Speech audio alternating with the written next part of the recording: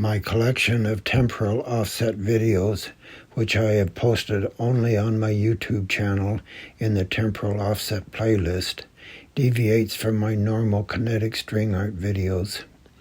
I'm posting this discussion and the temporal offset videos because I used temporal offset in one of my kinetic string art videos, and I feel that I should explain what temporal offset is. But first I need to explain spatial offset.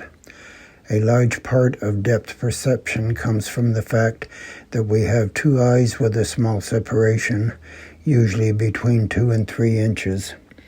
Because of this separation, there are slight differences in the images that the two eyes see, and our brains use these visual differences as depth cues. I refer to this offset between the eyes as a spatial offset because the eyes are offset in 3D space. Stereoscopic movies and still images are usually produced by using two cameras that are offset horizontally.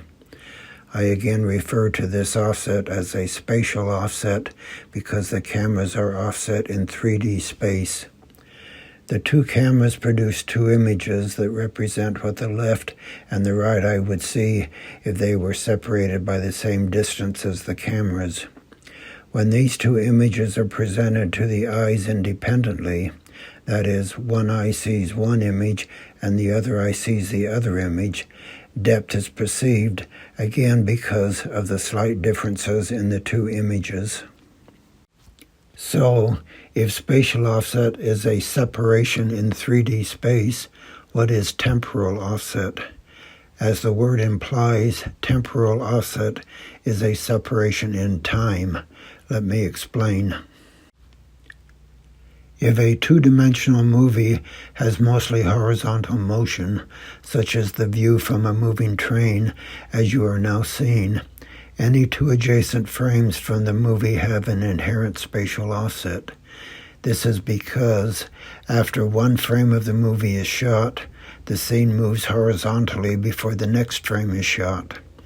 This inherent spatial offset between the two frames is the same as a spatial offset between two cameras, and the two adjacent frames of the movie are the same as two images produced by two cameras with the same spatial offset.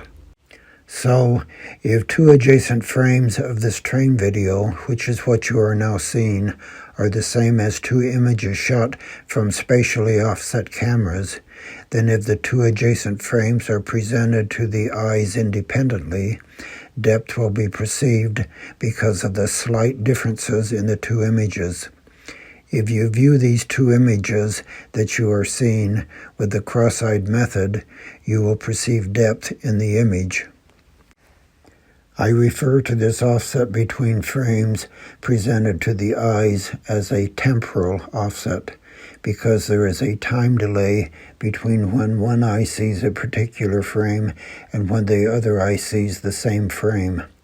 The temporal offset can be anything from one frame, meaning adjacent frames, to any higher number of frames. Increasing the temporal offset increases the inherent spatial offset. The images have now changed to a temporal offset of 4 frames. As you can see, objects now appear to have greater depth between them. To emphasize the difference that adding temporal offset makes, the images will now switch several times between a view with a temporal offset of 4 frames and a view with no temporal offset.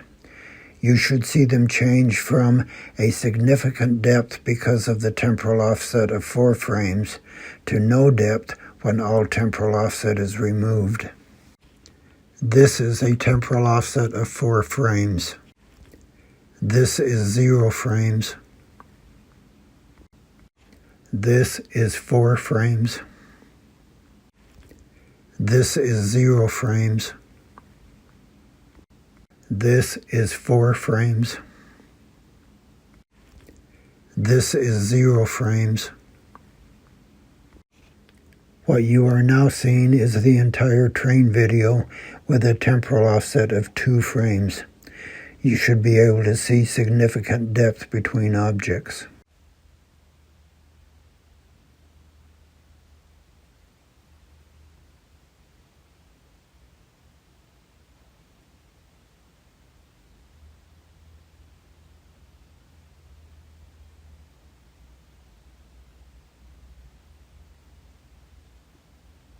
To explain inherent spatial offset mathematically, if the train video is displayed at a frame update rate of 30 frames per second, and the train is moving at a speed of s miles per hour, then the inherent spatial offset in inches between any two frames with a temporal offset of t frames is the formula shown on the screen. Inherent spatial offset in inches is s, the speed in miles per hour, multiplied by t, the temporal offset in frames, multiplied by 5,280, the number of feet in a mile, multiplied by 12, the number of inches in a foot, divided by the quantity 30, the frame update rate, multiplied by 60, the number of minutes in an hour, multiplied by 60, the number of seconds in a minute. This reduces to inherent spatial offset in inches equals 0.59 times s times t, where s is the speed in miles per hour and t is the temporal offset in frames. So, if the train in the video is moving at 20 miles per hour and the temporal offset is 1, meaning 2 adjacent frames, then the inherent spatial offset is 11.8 inches. If the temporal offset is increased to 2 frames, the inherent spatial offset increases to 23.6 inches. So in conclusion, this discussion has shown that if a two-dimensional movie with mostly horizontal motion has temporal offset applied to it, stereoscopic information can be extracted from the movie. And therefore, if the frames from a two-dimensional movie with mostly horizontal motion are presented independently to the two eyes, with a temporal offset of at least 1 frame, a three-dimensional movie will be perceived. I mentioned at the start of this discussion that I used temporal offset in one of my Kinetic string art videos. See the video named 3D Circle with Rays in Circle, Asymmetrical Morph, which is included at the end of the temporal offset playlist. What you are now seeing is a stereoscopic pair from the Kinetic string art video with the temporal offset removed. I use spatial offset between the gold figure and the braided ring to give the appearance of depth between the two figures when viewed cross-eyed. If you view this image without crossing your eyes, you can see that the position of the gold figure in relation to the braided ring is shifted a little horizontally in the two images. Now view the pair cross-eyed, and you will see that with only spatial offset, the gold figure stands out from the braided ring, and as expected, the gold figure appears flat, having no depth over its surface. But if you view the full Kinetic string art video that this clip comes from, you will see that the gold figure appears to have depth. That is, as the gold figure morphs, parts of it stand out further than other parts. This is because a temporal offset of 2 frames was applied when the gold figure morphs horizontally. In other words, one eye sees what the morphing figure looks like 2 frames ahead of the other eye. The result of applying this temporal offset is the perception of depth along the surface of the gold figure as it morphs. The image you are now seeing is the same stereoscopic pair from the video, But now the temporal offset of 2 frames has been added back in.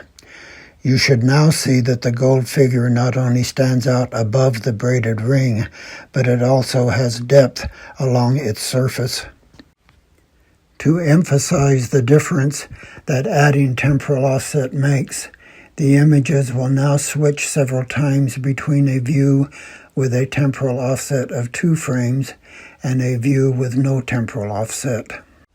This is a temporal offset of 2 frames. This is 0 frames. This is 2 frames. This is 0 frames. This is 2 frames. My temporal offset videos on my YouTube channel in the Temporal Offset playlist are grouped into 5 collections. The collection names are based on the type of motion in the video. Linear, meaning movement in a mostly straight line. Circular, meaning movement along a mostly circular path. Rotary, meaning movement around a point. Oscillatory, meaning repetitive back and forth motion. And other, meaning movement that doesn't fit well into the other 4 categories. Each collection is made up of individual videos where the name of a video is the collection name, followed by the name of the object that is moving, followed by a number that indicates how many frames of temporal offset were applied to the original 2-dimensional video. Videos that have the same collection name and the same object in motion are distinguished by a letter. For example, linear, I-A, 1 would be the name of a video in which the I point is moving linearly. The video has a temporal offset of 1 frame. Linear, I-B, 4 would be the name of a different video in which the I point is moving linearly. The video has a temporal offset of 4 frames. If the name of a video ends with 0, that video has no temporal offset, and it is the original 2-dimensional video. The original 2-dimensional videos are posted as baseline videos. The temporal offset videos in my temporal offset playlist are grouped into sets, where the names of the videos in a set are identical, except for the temporal offset number at the end of the name. There are usually 5 videos in a set, as shown in the example on the screen. Each video set always has a 0 temporal offset video. This is the 2-dimensional baseline with no temporal offset. Along with the baseline video, there are usually 4 other videos with increasing temporal offset. This allows you to select different amounts of temporal offset to see how changing the temporal offset affects the baseline video. The temporal offset number increases by 1 in some video sets. An example of this is the video set shown on the screen, which is the view from a moving train that you saw earlier in this discussion. In this video, a small temporal offset combined with the rapid motion of the train produces an inherent spatial offset that is large enough for depth perception. In other video sets, where the motion in the scene is slower, there is a larger jump in the temporal offset number. The video set now shown on the screen has a temporal offset jump of 5. This video is the view of a roasted turkey slowly rotating on a table. The larger temporal offset jump with the slower speed in the video produces an inherent spatial offset that is large enough for depth perception. In videos with a larger temporal offset jump, such as this video, you may not perceive much depth with the lower temporal offset numbers. This concludes my discussion of temporal offset. I hope that you have found it interesting. Once again, my collection of temporal offset videos can only be found in the Temporal Offset playlist on my Kinetic String Art YouTube channel. A link to the channel is shown on the screen, or you can scan the QR code on the screen to be taken directly to the Kinetic String Art channel on YouTube. If you have any questions, you can leave me a message in the comment section, or feel free to contact me as indicated on the screen. Thanks for watching my video.